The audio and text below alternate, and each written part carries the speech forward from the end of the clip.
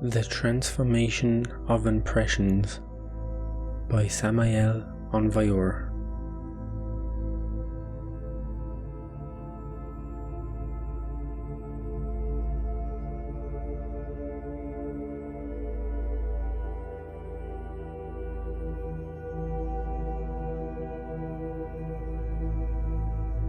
We are going to talk about the transformation of life.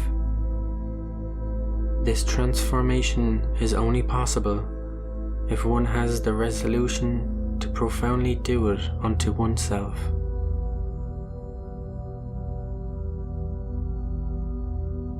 Transformation signifies that one thing changes into something else. It is logical that everything is susceptible to change.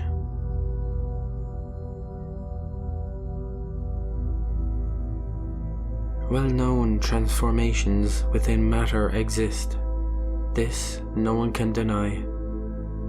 For example, sugar is transformed into alcohol, and the latter is then converted into vinegar through the action of fermentation.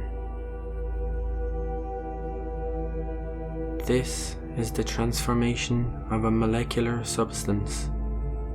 One knows about the chemical life of elements, for example, when radium is slowly transformed into lead.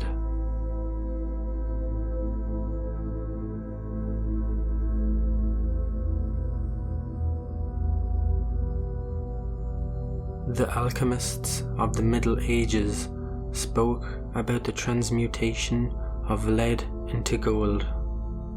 Nevertheless, they were not always concerned with only the mere metallic physical matter.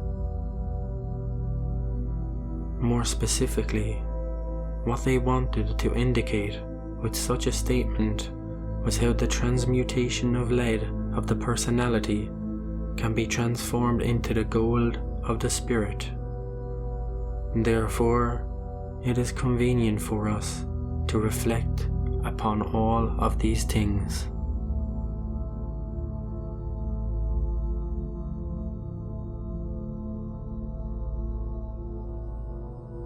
In the Gospels, the idea of the earthly man, who is comparable to a seed that is capable of development, has the same meaning as the idea of the renaissance of the human being, or the man who has to be born again. Obviously, if the seed does not die, the plant cannot be born. Death and birth coexist in every transformation.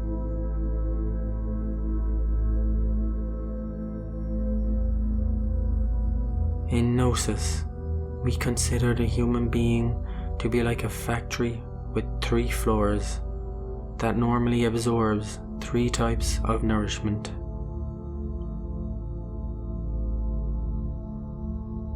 Common nourishment, which is a matter related to the stomach, is the first type, which corresponds to the inferior floor of the factory. Naturally, air is related with the second floor, and this second type of nourishment corresponds to the lungs.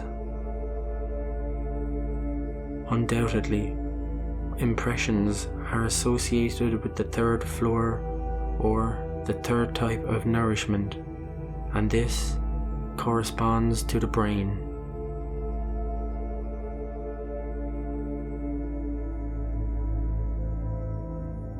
Unquestionably, the food that we eat suffers successive transformations.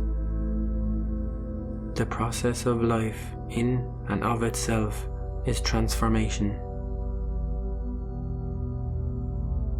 Each creature in the universe subsists by means of the transformation of one substance into another. For example, a plant transforms water, air, and the salts of the earth into the new vital vegetable substances such as nuts, fruits, potatoes, lemons, etc. elements that are useful for us. Therefore, everything is about transformation.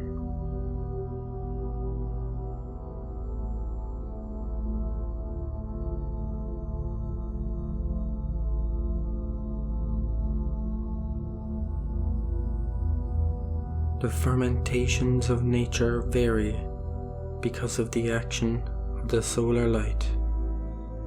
Unquestionably, the sensitive film of life, which normally extends over the face of the earth, conducts every universal force towards the very interior of the planetary world. Therefore, each plant, each insect, each creature, and the intellectual animal himself, who is mistakenly called a human, unconsciously absorbs and assimilates specific cosmic energies, which are then transformed and transmitted towards the interior layers of the planetary organism.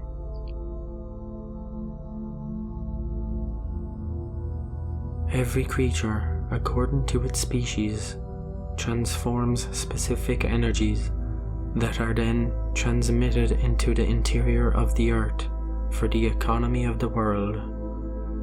Therefore, each creature that is in existence fulfills the same function.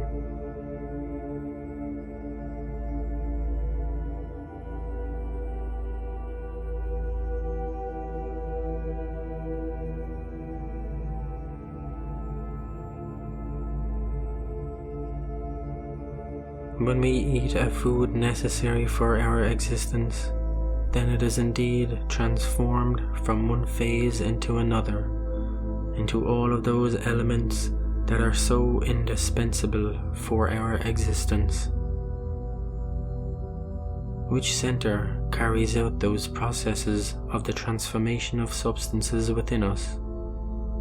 Obviously, it is the instinctual center. The wisdom of this center is very astonishing.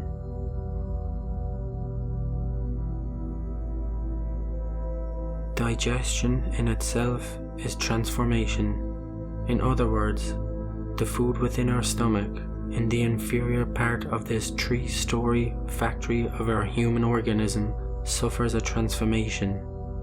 If something were to enter without going through the stomach, then the organism would not be able to assimilate its vitamin principles or its proteins. Thus, this would simply be indigestion.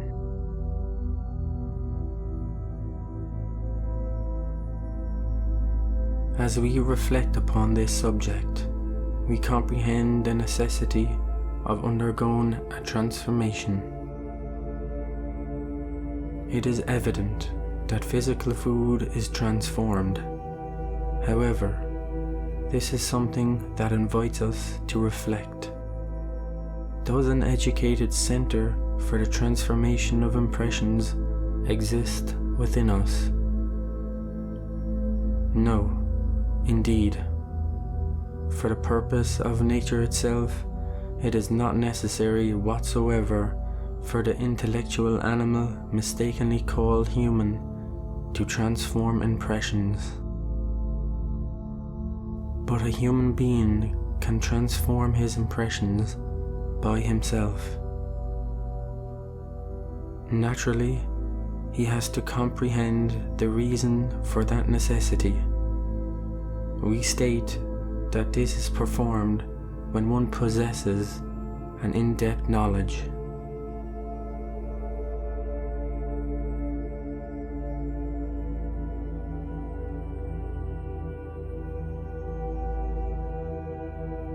To transform our impressions would be magnificent.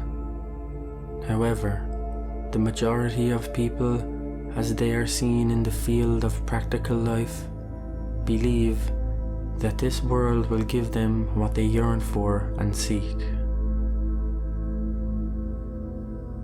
Indeed, this is a tremendous error, because life in itself enters within us into our organism in the form of mere impressions. Therefore, the first thing that we must comprehend is the significance of the esoteric work that is intimately related with the world of impressions. Do we really need to transform our impressions? Truthfully, we do. This is true because one cannot really transform one's own life unless one transforms the impressions that reach the mind.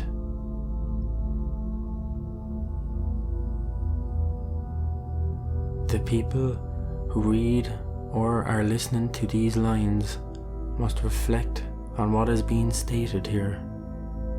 We are talking about something very revolutionary.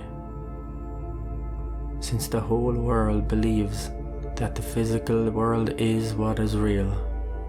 However, if we go a little deeper, we see that what we really perceive at each instant, at each moment, are mere impressions. If we see a person who pleases or displeases us, the first thing we obtain from that person's character are his pleasant or unpleasant impressions. Isn't that true?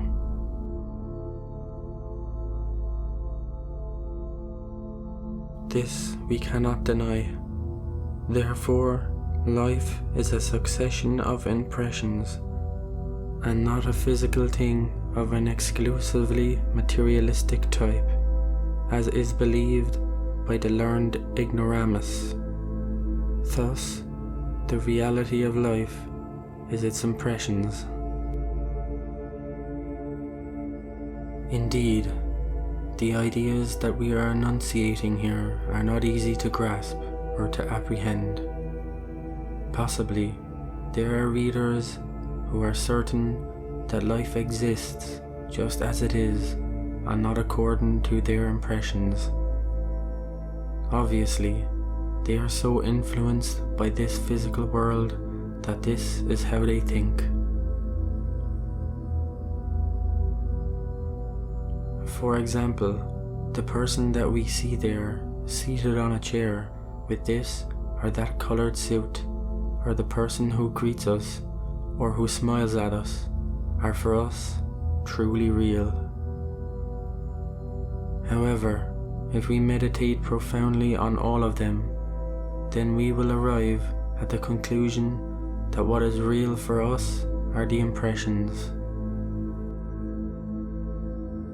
Indeed, it is because these impressions arrive at the mind through the windows of our senses. If we did not have senses, for instance, eyes to see, ears to hear, a mouth to taste the foods which our organism assimilates, would then that which is called the physical world exist for us? Of course not. Absolutely not. Therefore, life reaches us in the form of impressions. Precisely, it is in these impressions where the possibility of working upon ourselves exists. Before all else, what must we do? We have to comprehend the work that we must perform. How could we achieve a psychological transformation on ourselves? We do it by performing a psychological work upon the impressions that we are receiving at each instant, at each moment. This first work receives the name of first conscious shock. This is related with those impressions that are everything we know as the exterior world. What size then do true things, real people have? We need to transform ourselves internally each day. When we want to transform our psychological aspect, we need to work upon the impressions that enter into us.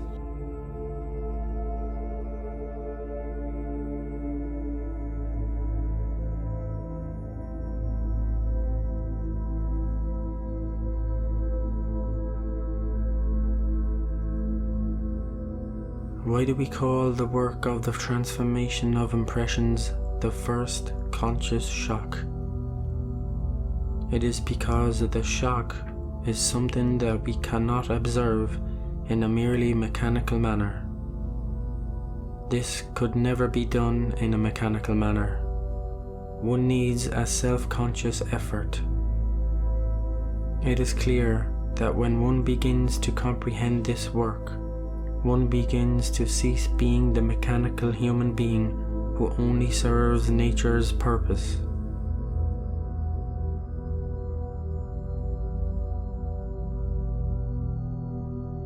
Now, think about the meaning of everything that you are being taught here. If then, by means of our own efforts, you begin with the observation of yourself, you will then see that on the practical side of this esoteric work, everything is intimately related with the transformation of impressions and what is naturally the outcome of them. The work, for instance, on negative emotions, on angry states, on identification, on self-consideration, on the success of eyes, on lying, on self-justification, on excuses, on the unconscious states in which we are in, is all related with the transformation of impressions and what results from it all.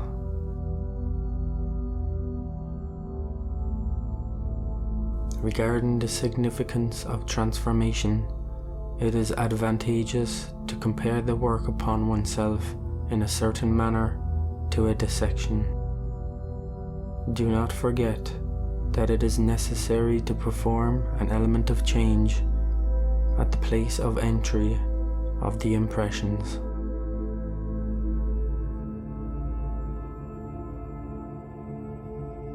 By means of comprehension of this work, you can accept life as work. You will then really enter into a constant state of self-remembrance. Then the tremendous reality of the transformation of impressions will naturally reach you. Normally, or better said, supranormally, the transformed impressions themselves would lead you to a better life, depending naturally on how concerned you are with this work. Thus, the impressions would no longer act upon you as they did at the beginning of your own transformation. But as long as you continue thinking in the same way, that is, receiving life in the same manner, it is clear that there will be no change in yourself.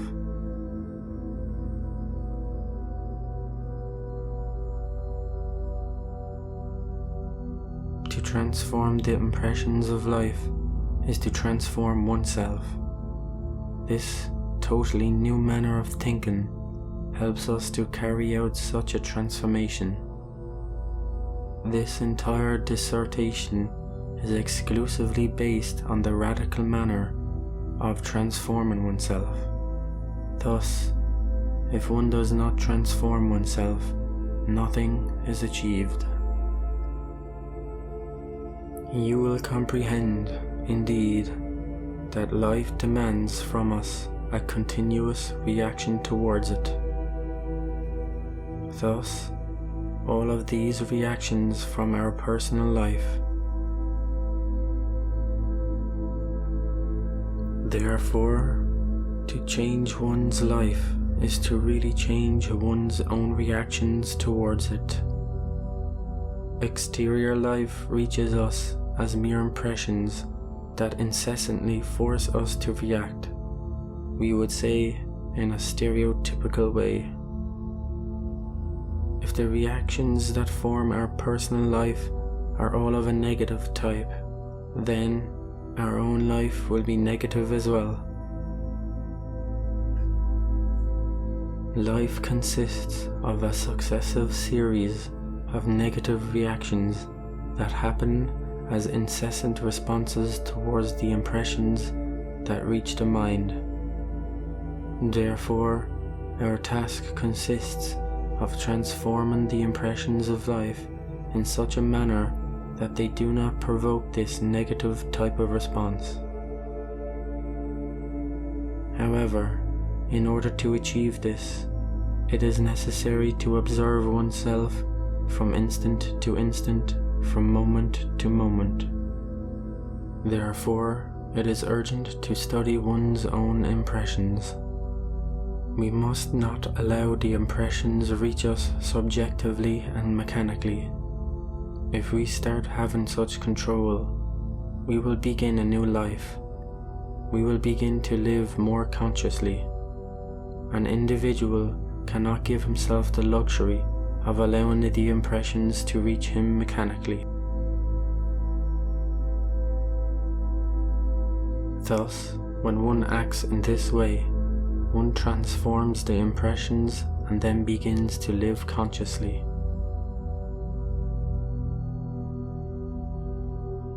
The first conscious shock consists in transforming the impressions that reach us.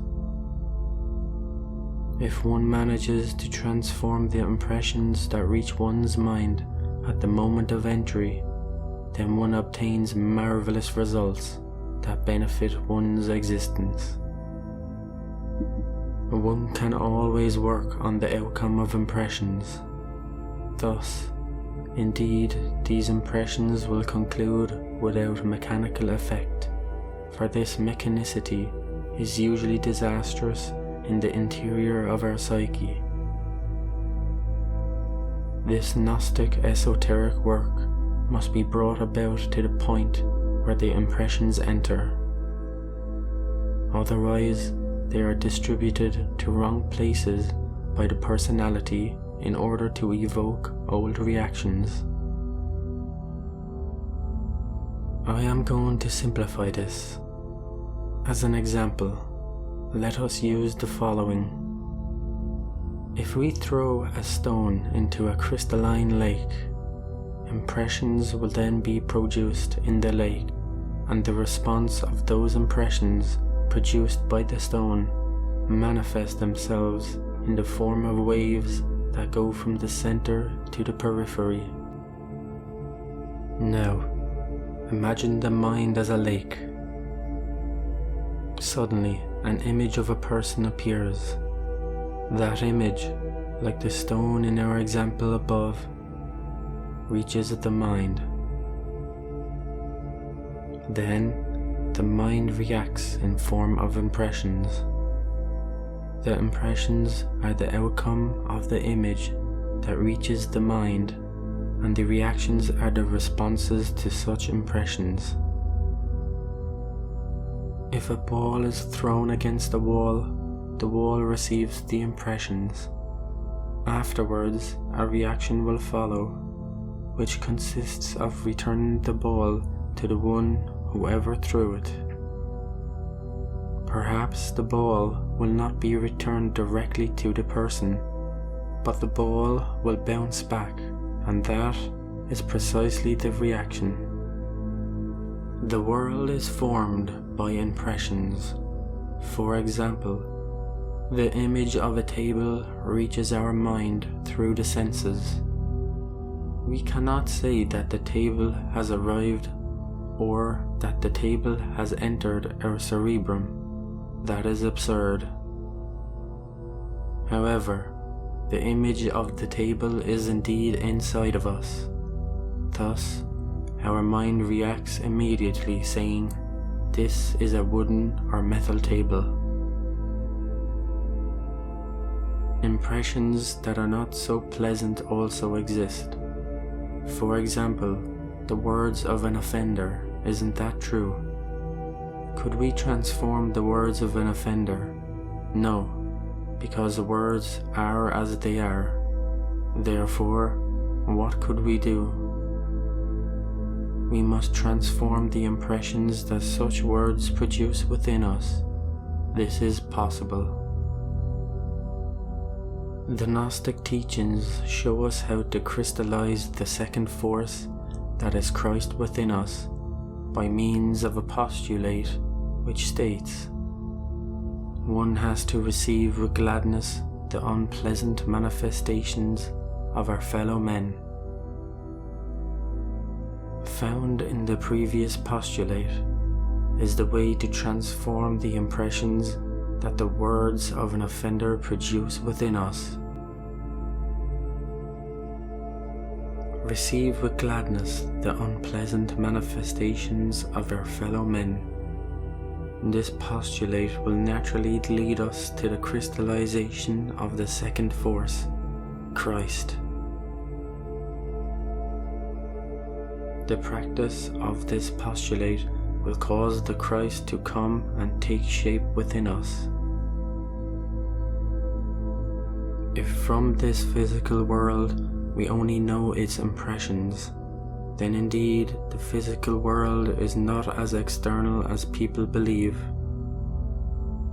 With just reason, Immanuel Kant said the exterior is the interior.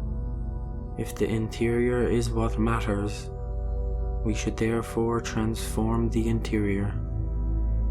The impressions are interior. Therefore, all objects and things, everything we perceive, exists in our interior in the form of impressions.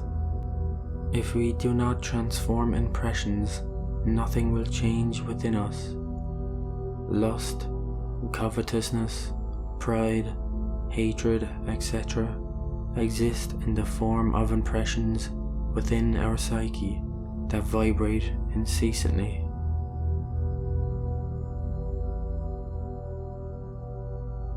The mechanical outcome of such impressions have been all of those inhuman elements that we carry within, and that we have normally called eyes, which, in their conjunction, constitutes the myself, the oneself.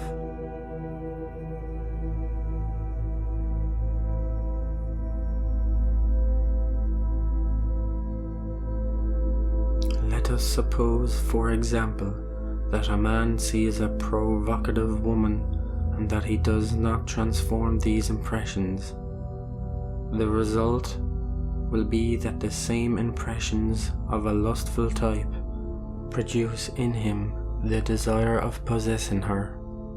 Such a desire is the result of the impression received, and it crystallizes, it takes shape in our psyche and becomes one more aggregate, in other words, an inhuman element, a new type of lustful eye that comes to add itself to the sum of inhuman elements that in their totality constitute the ego.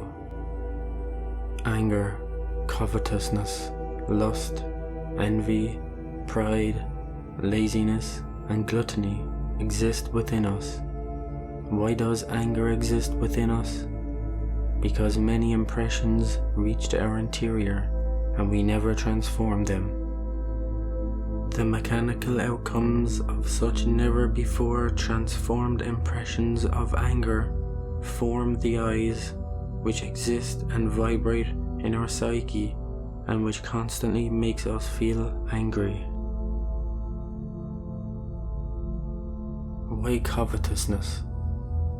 Many things have awakened covetousness within us. Money, jewels, all types of material things. Those things, those objects, reach us in the form of impressions. We committed the error of not having transformed those impressions into different things, such as into an attraction for beauty or into happiness. Such non-transformed impressions naturally became eyes of covetousness, which we now carry within our interior. Why do we have lust? I have already stated that different forms of lust have reached us in the form of impressions. In other words, images of an erotic type emerged from within the interior of our mind, and the reaction was lust. Naturally, there was no hesitation in the outcome of that momentum. Afterwards, new morbid eyes were born in our psyche because we did not transform those lustful waves, that unhealthy eroticism. That is why today we have to work on those impressions and their mechanical results which we have within our interior. Thus, within ourselves we have impressions of anger, covetousness, gluttony, pride, laziness, and lust. Within, we also have the mechanical results of such impressions, a bunch of quarrelsome and wailing eyes, which we need to comprehend and eliminate. The masterwork of our life consists in knowing how to transform the impressions, and also knowing how to eliminate the mechanical results of those impressions that were not transformed in the past. Properly, the exterior world does not exist within us. What exists within us are impressions. Impressions are internal, and the reactions of such impressions are completely internal. No one could say that he is seeing a tree in itself. He may be seeing the image of a tree, but not the tree. As Immanuel Kant stated, the thing in itself is not seen by anyone. One sees the image of things. In other words, the impression of a tree, of something, surges forth within us, and those impressions are internal. They are of the mind. If one does not perform one's own internal modifications, there is no hesitation in the outcome of that momentum. Such outcome is the birth of new eyes, which enslave our essence, our consciousness, intensifying even more the sleepy state in which we live.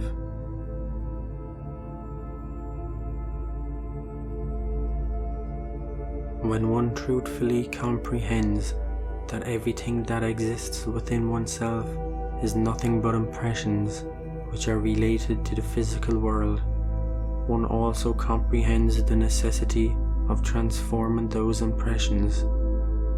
Thus, the transformation of oneself is attained by performing such transformation.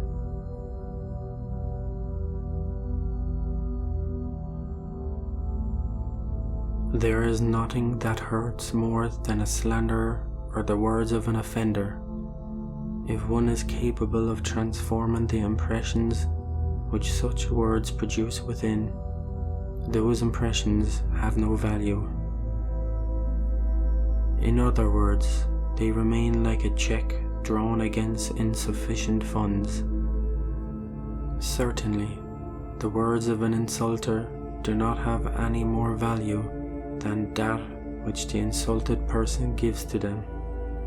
Therefore, if the insulted person does not give any importance to them, I repeat, they remain like a check drawn against insufficient funds.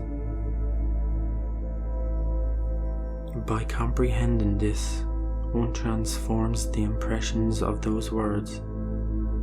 For instance, they are transformed into something different, into love, into compassion for the insulter. Naturally, this means transformation. Therefore, we need to be transforming impressions incessantly, not only the ones in the present, but also the ones of the past and of the future.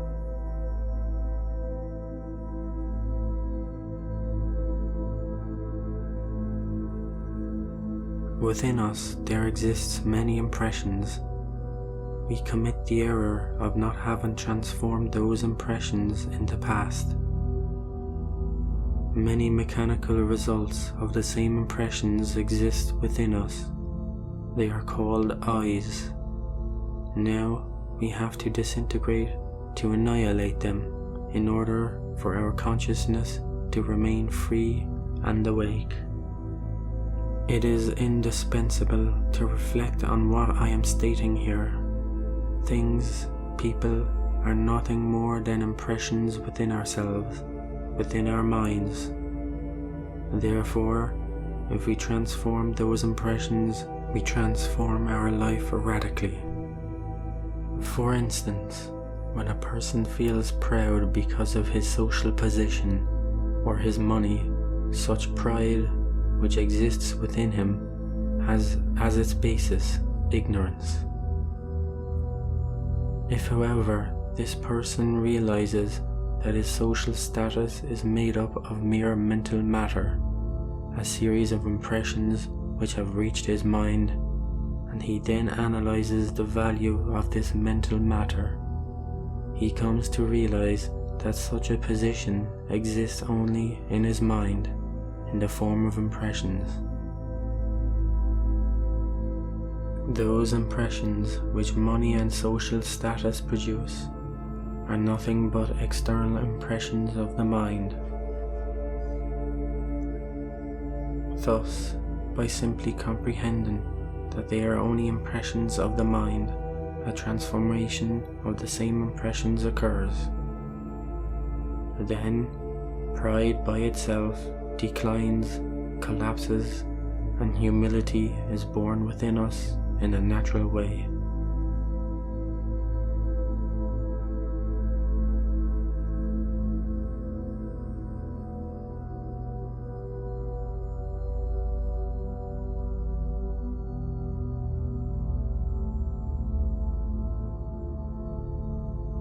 Continuing with this study of the processes of the transformation of impressions, I will proceed with something very important.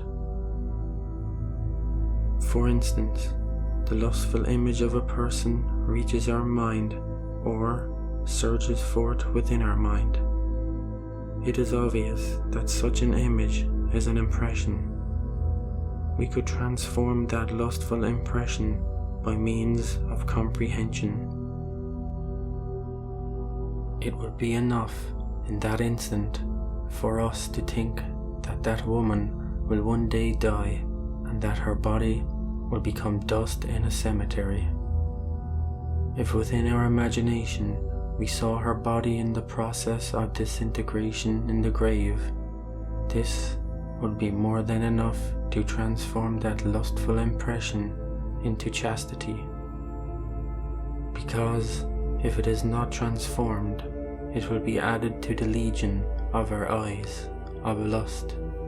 Therefore, it is convenient to transform the impressions that emerge in our mind by means of comprehension.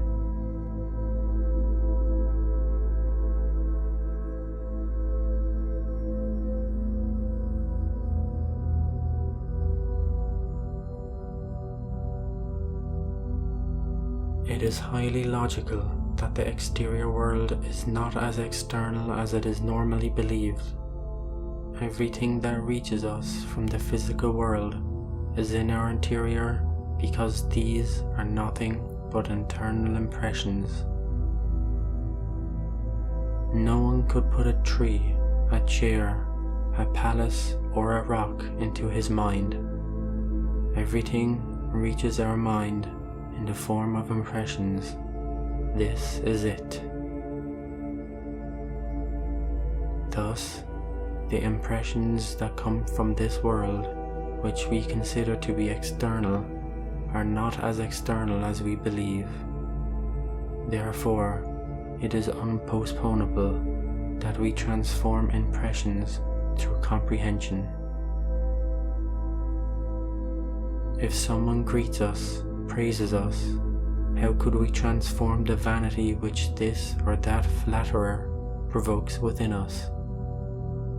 Obviously, the praises, the flattery, are nothing but impressions which reach our mind, and the mind then reacts in the form of vanity. However, if those impressions are transformed, vanity then becomes impossible. When one really comprehends that one is nothing but a tiny creature in a corner of the universe, one immediately transforms by oneself those impressions of praise, flattery, into something different. One converts such impressions into what they are: dust, cosmic dust, because one comprehends one's own position. We know that the galaxy in which we live is made up of millions of worlds. Then, what is the Earth? It is just a particle of dust within infinity. And if we were to state that we are nothing but organic microorganisms on that particle, then what? If we were to comprehend this when we are flattered, we would perform a transformation of those impressions related to the praise and flattery, and as a result, we would not react in the form of pride.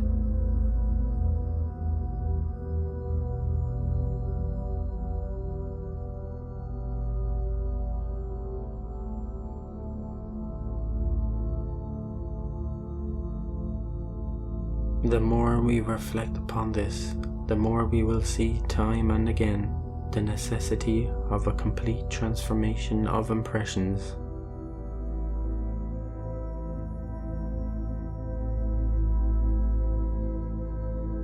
Everything that we see as external is internal.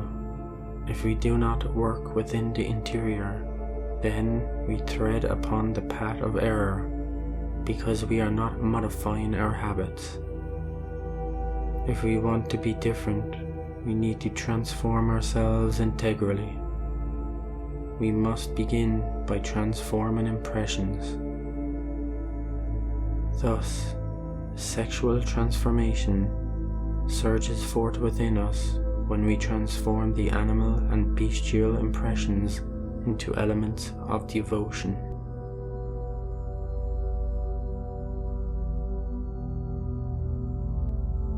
Unquestionably, this matter of impressions deserves to be analyzed clearly and precisely. The personality that we have received or have acquired grants entrance to the impressions of life.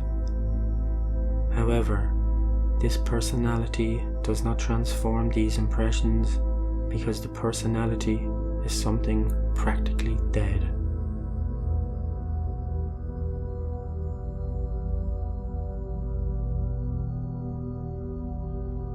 If the impressions would impact directly upon the essence, then it is obvious they would be correctly transformed, because the essence would immediately deposit them exactly in the corresponding centers of the human machine. Personality is that term that is applied to everything that we acquire. It is clear that the personality translates impressions from all sides of life in a limited and practically stereotypical manner according to its quality and associations.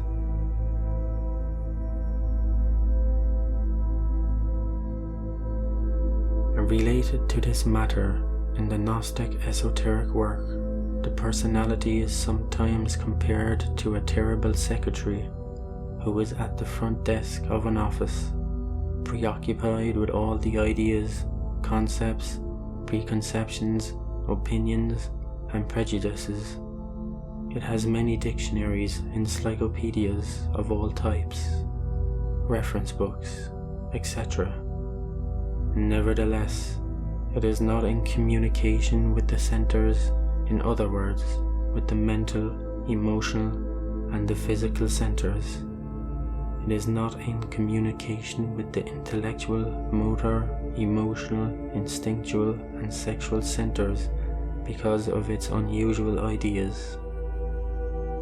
Consequently, it so happens that the personality almost always puts itself in communication with the wrong centers.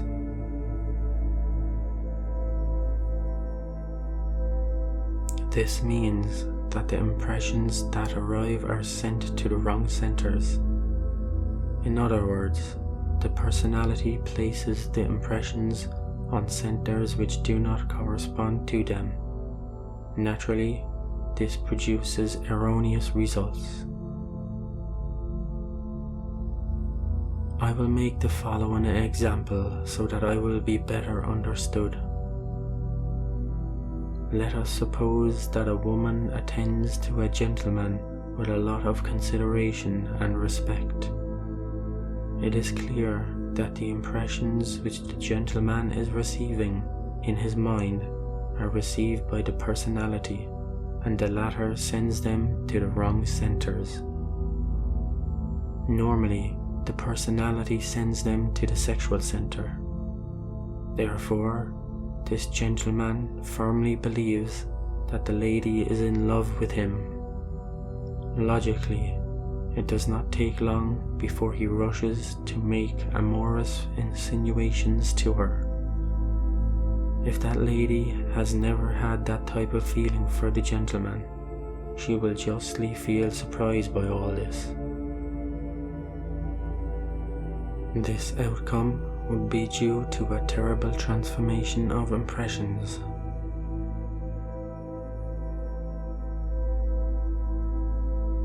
Thus, here we can see just how bad a secretary the personality really is.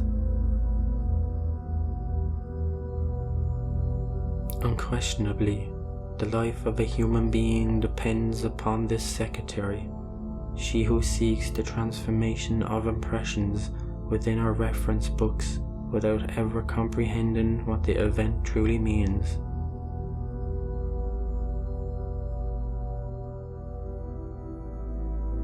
Consequently, she transmits impressions without ever taking any responsibility for what could happen. Nevertheless, the personality considers that it is accomplishing its duty. This is our internal situation.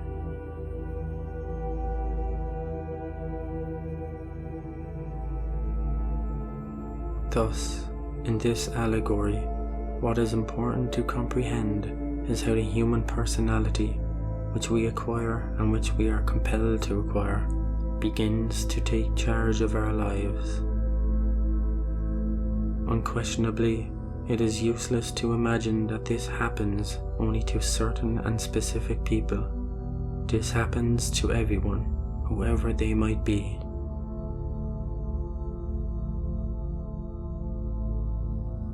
Through observation, one finds out that numerous characteristic reactions exist which are produced by the impressions that reach us. Unfortunately, these mechanical reactions govern us. It is clear that every person in life is governed by life itself. It does not matter if he calls himself liberal or conservative, good or bad in any sense of the word.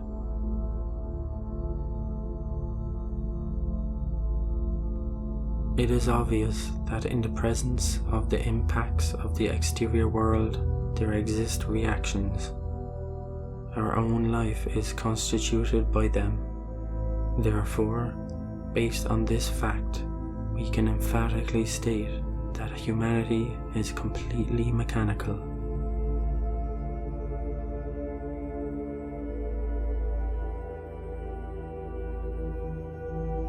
In life, every human being has formed for himself an enormous quantity of reactions which become the practical experiences of his existence.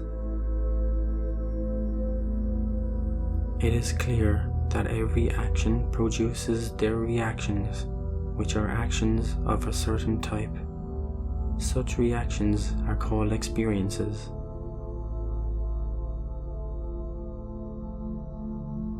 Thus, the ability to relax the mind would be the most essential thing for us to learn in order to get to know our actions and reactions better. This mental relaxation, the ability to lie down in one's bed or in a comfortable armchair in order to patiently relax all the muscles and then to empty the mind of all thoughts, desires, emotions and memories is magnificent. When the mind is quiet, when the mind is in silence, we can know ourselves better. In such moments of peacefulness and mental silence, we come to really experience in a direct manner the crude reality of all our actions in our practical life. When the mind is in absolute repose, we can see the multitude of elements and sub-elements, actions and reactions, desires, passions, etc. as something foreign to us. These elements and sub-elements await the precise moment in which they will be able to exercise their control over us, over our personality. That is the reason why the silence and stillness of the mind is worthwhile.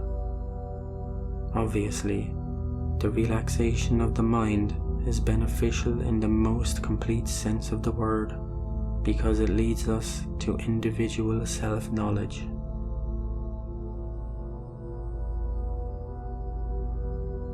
Thus, all that is life, that is to say, external life, is for each person his reaction to the impressions which arrive from the physical world.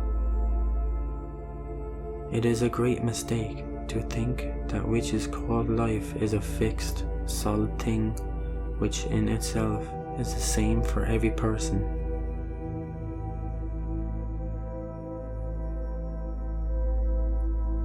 Since the existing impressions related to life in the human species are infinite, we can say without a doubt that there does not exist a single person who has the same impressions as that of another.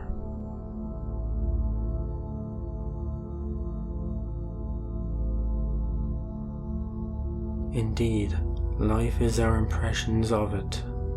Thus, it is clear that we can transform such impressions if we resolve to do so. But, as we stated, this is an idea which is very difficult to understand or to comprehend because the hypnosis of our senses is very powerful.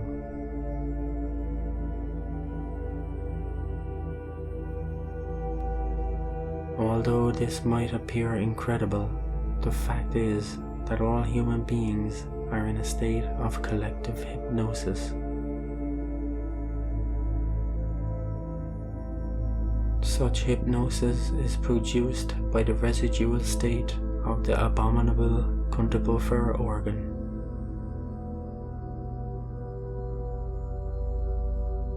When the Covetousness organ was eliminated, what remained were the different psychic aggregates or inhuman elements which in their conjunction constitute the myself, the oneself.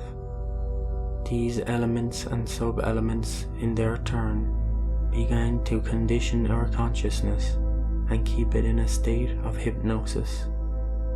Therefore, hypnosis of a collective type exists. The entire world is hypnotized. The mind is bottled up within the world of the five senses. The mind does not manage to comprehend how it could become independent of them. The mind believes itself to be a god.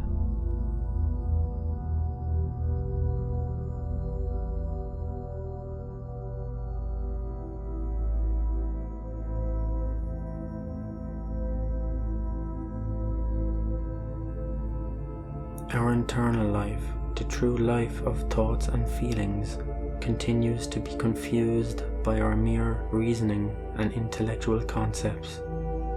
Nonetheless, at the same time, we know very well that the place that we really live in is within our world of thoughts and feelings.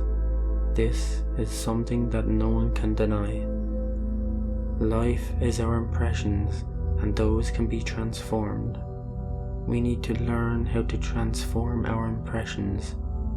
However, it is not possible to transform anything within us if we continue to be attached to the world of the five senses.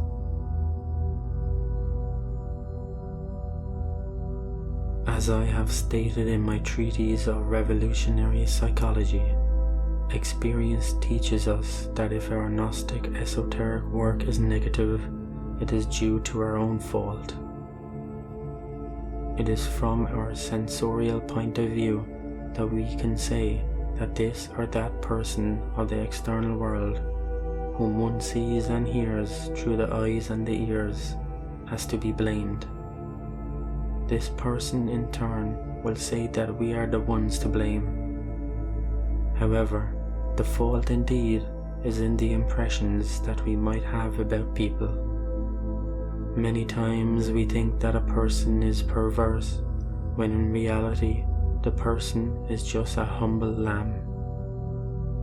It is very opportune to learn how to transform all the impressions which we may have of life. We have to learn to receive with gladness the unpleasant manifestations of our fellow men. Inferential peace.